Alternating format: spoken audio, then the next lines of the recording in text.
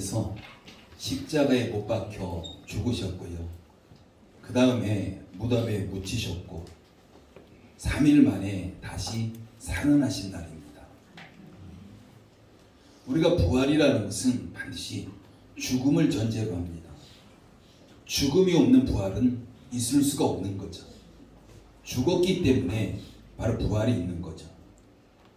바로 예수님께서 십자가에서 죽으셨기 때문에 2000년 전 오늘 그 생명으로 다시 부활할 수가 있었던 것입니다. 이것은 우리에게도 마찬가지예요. 그래서 로마서 8장 17절 말씀은 우리에게 이렇게 말씀합니다. 우리 같이 한번 읽어볼까요? 로마서 8장 17절입니다. 같이 읽습니다. 시작. 자녀이면 또한 상속자 곧 하나님의 상속자요 그리스도와 함께한 상속자니 우리가 그와 함께 영광을 받기 위하여 고난도 함께 받아야 할 것입니다. 아멘. 우리가 하나님의 상속자라고 말씀합니다. 여러분 재벌의 상속자 어떻게 될까요? 어마어마하겠죠. 그 물질이. 그럼 우리는 우주 만물의 주인이신 하나님의 상속자라고 말씀하고 있습니다. 이건 그 이상의 놀라운 그런 일입니다. 우주 만물을 창조하신 하나님의 우리 아버지가 되시고 우리는 아들로서 맏아들로서 그 상속자라고 분명히 말씀하고 있습니다. 그리고 하나님께서 받는 상속, 즉 예수님과 함께 받는 그런 상속도 바로 우리가 예수님과 함께 고난까지도 받아야 된다고 말씀합니다. 우리가 성경에 보면요 항상 짝을 이루고 있어요. 우리의 영광이 있다면 바로 고난도 있고요. 우리가 조금 전에 영상을 통해 봤죠. 하나님 앞에 용서를 받는 일이 있다면 누군가 나도 용서해 줘야 되는 일이 있는 거예요. 우리가 주기도문 암송할 때 그렇잖아요. 우리가 다른 사람을 용서해 준 것처럼 내 죄를 용서해 주십시오. 항상 짝을 이루고 있다는 걸 아셔야 돼요. 그래서 예수님과 함께하는 고난이 없이 우리에게 영광도 없다는 사실입니다. 로마서 8장 18절 말씀은 우리가 예수님과 함께 고난을 받을 때 그 고난을 기쁨으로 받을 수 있는 충분한 이유에 대해서 우리에게 말씀하고 있습니다. 18절 말씀 같이 읽을까요? 같이 읽습니다. 시작. 생각하건대 현재의 고난은 장차 우리에게 나타날 영광과 비교할 수 없도다. 아멘. 우리가 앞으로 받을 영광이 우리가 이 세상에 살면서 우리가 당하는 그 어떤 고난과도 비교할 수 없다고 이야기합니다. 여러분 한번 생각해 보십시오. 이 땅에서 우리가 정말 힘들게 일하는데 힘들게 뭔가를 하는데 그 주어지는 보상이 그 힘든 거에 비해서 너무 보잘것없다면 어느 누가 그걸 힘듦을 견디면서 그 일을 감당할 수 있을까요? 감당할 수 없는 거죠. 중간에 포기할 수밖에 없습니다. 아니 시작도 하지 않을 것입니다. 그런데 우리가 정말 힘들어도 그 힘듦을 견뎠을 때 우리에게 주어지는 보상이 너무나도 크다면 그 힘듦을 우리는 불평 없이 견딜 수 있는 거죠. 참아낼 수 있는 겁니다. 우리 영적인 원리도 마찬가지예요. 우리에게 어떤 어려움이 있어도 우리에게 그 어려움 다음에 주어지는 그 영광이 정말 크다면 우리는 그것을 견딜 수 있고요. 아니 견디는 정도가 아니라 그 고난을 기쁨으로 여길 수 있는 바로 그런 부분들이 우리에게 있습니다. 그렇기 때문에 히브리서 12장 2절 말씀은 예수님을 예로 들고 있습니다. 믿음의 주요 또 온전케 하시는 이인 예수를 바라보자. 그는 그 앞에 있는 기쁨을 위하여 십자가를 참으사 부끄러움을 개의치 아니하시더니 하나님 보좌 우편에 앉으셨느니라. 지금 예수님께서 이 땅에서 행하신 거예요. 그 앞에 있는 기쁨을 위해서 십자가를 참으셨다는 겁니다. 그 앞에 있는 기쁨이 뭘까요? 십자가를 참으실 만큼 그 앞에 있는 기쁨, 그것은 온 인류의 구원입니다. 온 인류에게 하나님의 생명을 주는 거죠. 즉 저와 여러분들에게 예수님께 생명을 주시기 위해서 십자가의 고난을 참으셨다는 겁니다. 여러분, 십자가의 고난 상상할 수 있나요? 상상할 수 없죠. 우리가 이 땅에서 어떤 고난을 받아도 그 정도 고난은 우리가 어느 누구도 당할 사람이 없습니다. 받은 사람도 없을 것이고 앞으로도 마찬가지로 그 정도 고난 받을 사람 없습니다. 바로 예수님께서는 앞에 있는 기쁨, 우리의 구원을 위해서 그 모진 십자가의 고난을 견디셨다라고 말씀합니다. 그만큼 우리에게 생명을 주는 것이 예수님에게는 그것이 가장 큰 기쁨이었기 때문에, 그거보다 더 큰 기쁨이 없기 때문에 그 어떤 것도 견뎌낼 수 있는 힘이 바로 거기에서 나왔던 거죠. 그래서 하나님께 우리에게 이렇게 말씀합니다. 믿음의 주요 온전케 하시는 예수를 바라보자. 예수님이 그렇게 하셨기 때문에 그 예수님을 우리가 좀 바라보자라는 거예요. 그러면서 그 예수님을 믿음의 주라고 표현하고 있고 온전케 하시는 이라고 표현하고 있습니다. 여러분, 믿음의 주라는 것은 믿음의 창시자예요. 믿음의 통치자, 믿음의 인도자입니다. 우리의 믿음을 인도하시는 분이라는 거죠. 그리고 온전케 하시는 거, 말 그대로 온전하게 하시는 분, 우리를 온전하게 하신다는 겁니다. 우리를 믿음으로 인도하시면서 우리를 온전케 하시는 그 예수님을 바라보라고 지금 말씀하고 있는 거죠. 그래서 우리 신앙생활하면서 우리가 그 예수님을 바라봐야 됩니다. 예수님을 목적 삼아야 돼요. 예수님을 본을 삼아야 됩니다. 여러분, 예수님의 본을 삼는다는 게 뭘까요? 예수님 닮는 거잖아요. 예수님 반박입니다. 똑같이 닮는 거예요. 근데 우리가 신앙생활하면서 우리가 예수님을 어떻게 닮습니까? 여러분, 다시 한번 생각해 보십시오. 나는 예수님을 어떻게 닮고 있을까? 어떤 부분을 닮았을까? 우리가 예수님을 닮는다는 것은 예수님의 삶이 내 삶에 녹아져 있어야 되는 거예요. 우리가 예수님을 닮는다는 것은 예수의 말씀이 내 삶에 녹아져 있어야 됩니다. 그냥 완전히 섞여져 있어야 돼요. 그래서 베드로전서 4장 13절 말씀에서 우리에게 이런 말씀하시죠. 오히려 너희가 그리스도의 고난에 참여하는 것으로 즐거워하라.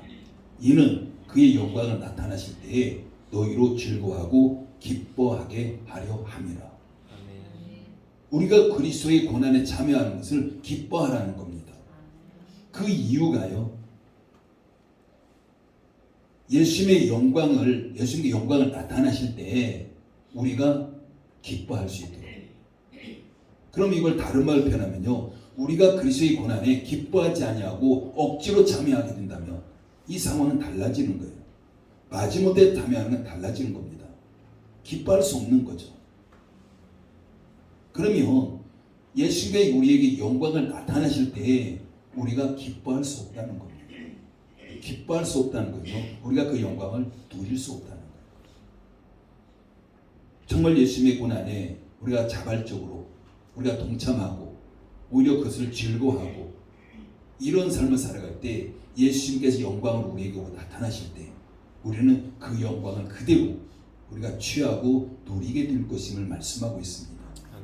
그래서 우리에게 고난도 기뻐하라고 성경은 말씀하고 있는 겁니다. 우리가 이런 삶을 살기 위해서는요, 예수님의 삶이, 예수님의 말씀이 우리 삶에 녹아져 있어야 되는 거죠. 분리가 아니라 녹아져 있어야 돼요. 여러분, 맑은 그 유리잔에 맑은 물이 한 컵 담겨져 있습니다. 거기 잉크 한 방울 딱 떨어뜨리면 어떻게 될까요? 잉크가 둥둥 떠다닐까요? 순식간에 그냥 완전 퍼져버리잖아요. 물하고 잉크가 완전히 섞여버립니다. 그래서 우리는 물과 잉크를 분리해낼 수 없습니다. 완전 섞였기 때문에. 마찬가지로 우리의 삶이 예수님의 삶과 분리될 수 없이 섞여야 돼요. 하나님의 말씀이 우리의 삶 속에서 분리해낼 수 없을 만큼 섞여야 됩니다. 그런데 우리 삶은 어떨까요? 우리 삶은요, 쉽게 분리가 되잖아요. 완전 섞인 것이 아니라 너무 분리하기가 너무 수월해요. 우리가 세상 가운데 살아갈 때 우리 삶과 말씀이 완전히 분리된 상태, 우리 삶과 예수님의 삶이 완전히 분리된 상태, 이게 대부분의 그리스도인의 삶입니다. 정말 우리가 하나님과 같이 그 말씀대로 예수님과 같이 예수의 말씀대로 살아간다고 하지만 어떤 순간이 딱 비면요 정확하게 분리가 돼요. 말씀과 우리 삶이 정확하게 분리가 됩니다. 정말 오늘 우리는 성찬에 참여하게 됩니다. 성찬은 예수님의 십자가를 바로 앞에 두고 그 전날 밤 제자들에게 식사를 차려주신 것이기 말이며 잔치상을 베풀어 주신 겁니다. 그러면서 함께 식사하고 있는 것이 성찬이에요. 그러면서 예수님께서 뭐라고 말씀하십니까? 그 식사를 하시다가 떡을 가지고 축복기도 합니다.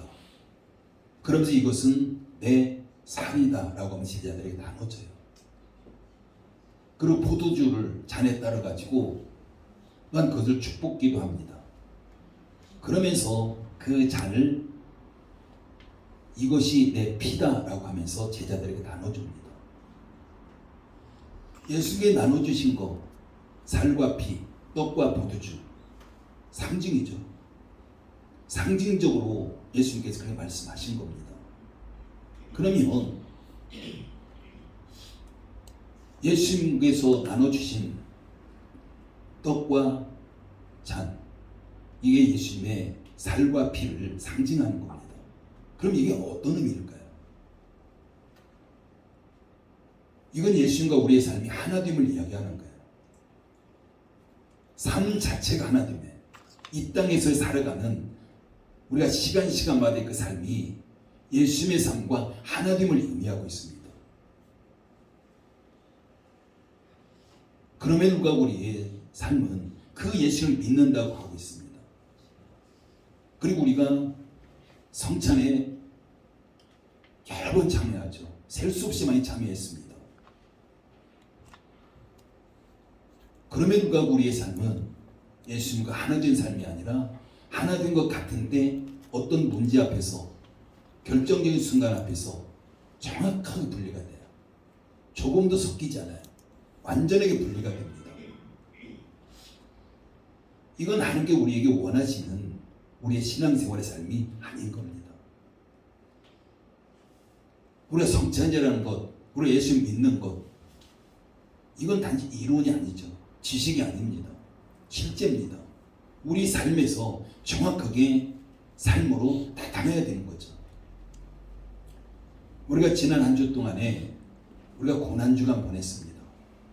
예수님께서 우리를 구원하시기 위해서 생명을 주시기 위해서 십자가의 길을 걸어가셨던 고난주간입니다.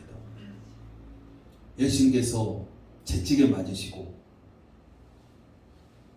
뿐만 아니라 침뱉음을 당하고 뺨을 맞고 가시관을 쓰시고 얼마나 많은 그런 고통을 겪으셨습니까?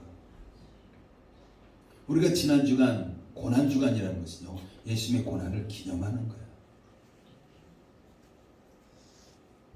여러분 생각해 보십시오. 지난 한 주간 동안에 예수님의 고난 받으신 고난주간 보내면서 우리의 삶과 예수님의 삶이 하나가 됐었나라는 거죠. 아니면 예수님의 삶은 예수님의 삶이고 내 삶은 내 삶이고 철저하게 분리되진 않았나요? 예수님은 혼자만 고난 받으시고 우리는 여전히 그 고난과는 상관없는 삶을 한 주간 보내시지 않았나요?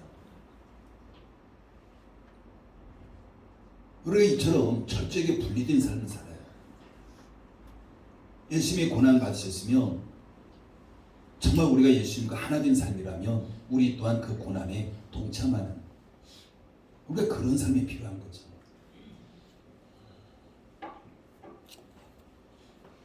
예수님께서 우리를 위해서 십자가를 지시기까지 그 길을 마다하지 아니하시고 오히려 기쁨으로 그 길을 걸어가셨던 것이 지난 한 주간이었습니다.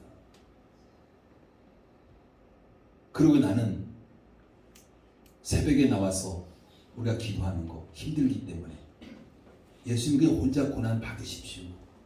나는 힘든 거 싫습니다. 이게 우리의 삶이었어요.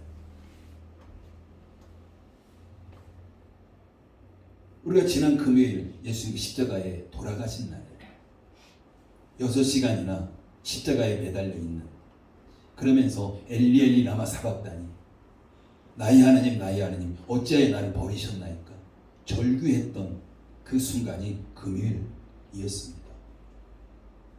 그럼에도 불구하고 우리는 금요일 기도에 예수님 그냥 십자가에서 절규하십시오. 나는 힘든 거 싫습니다. 우리의 삶이에요 이게. 여러분, 교회력이라는 것이요, 우리가 계속 말씀드리지만 예수님의 삶에 초점 맞추고 있는 겁니다. 1년 동안.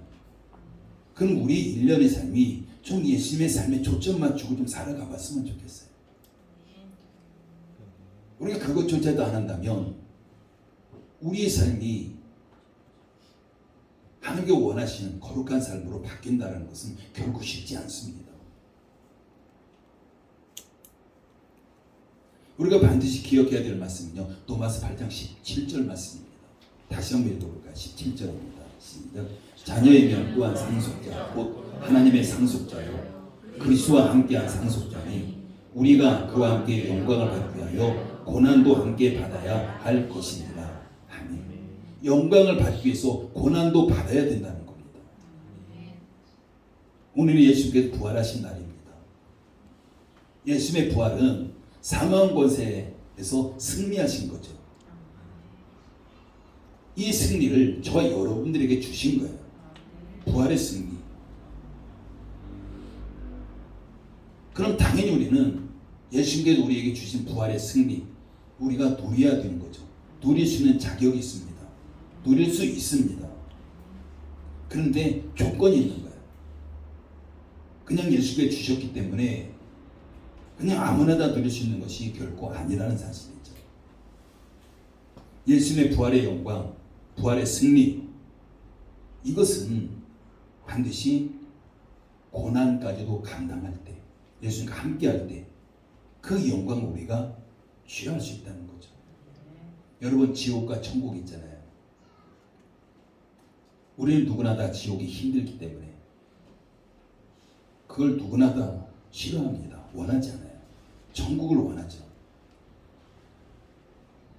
근데 천국이라는 것도요, 우리가 원한다고 되는 것이 아니라 반드시 조건이 있습니다. 믿음입니다.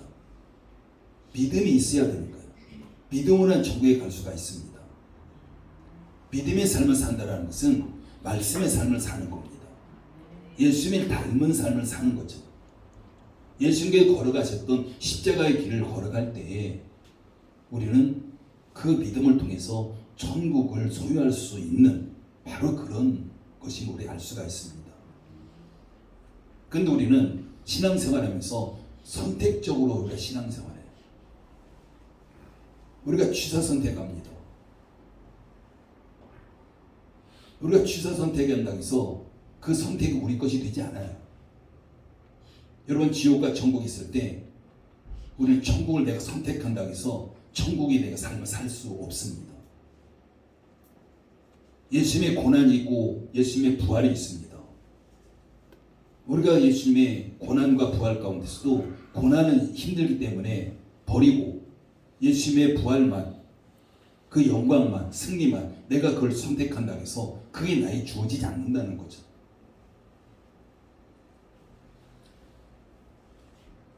성경은 분명히 우리에게 말씀하는 것이 예수님의 영광을 우리가 얻기 위해서 예수님의 고난까지도 우리가 함께해야 된다는 겁니다.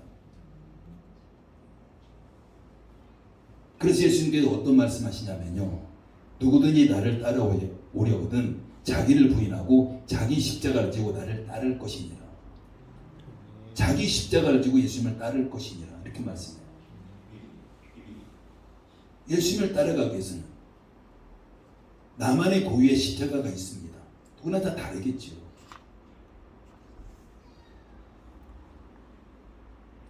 여러분, 다시 한번 우리 스스로에게 질문해 보십시오. 지금 나의 삶은 예수님의 삶과 어떤 부분이 닮았을까라는 거죠. 고난은 전혀 담지 않고 영광만 취하는 이런 부분만 담지 않았을까요?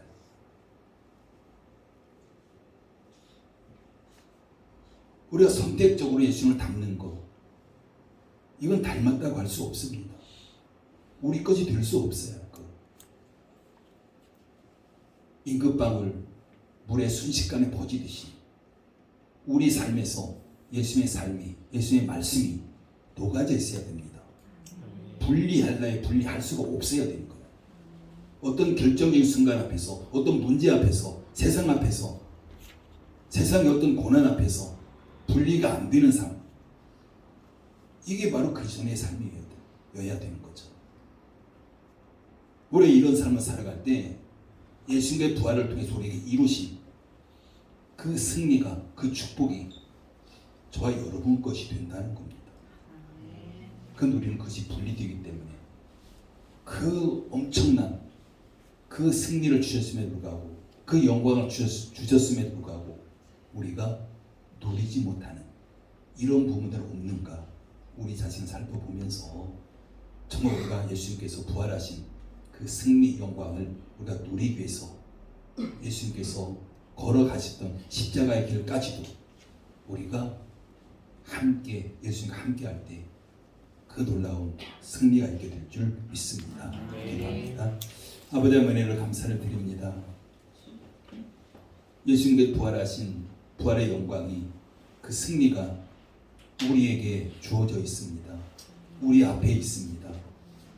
그러나 그것을 내가 누리고 취하기 위해서는 반드시 예수님께서 걸어가셨던 십자가의 길까지도 내가 예수님과 함께 할 때 그것이 나에게 주어진다는 걸 알고, 우리가 선택적인 그런 신앙생활이 아니라 어떤 것이든지 그것이 주님이 계신 곳이라면 항상 내가 주님과 함께 그 길을 걸어가기를 원합니다.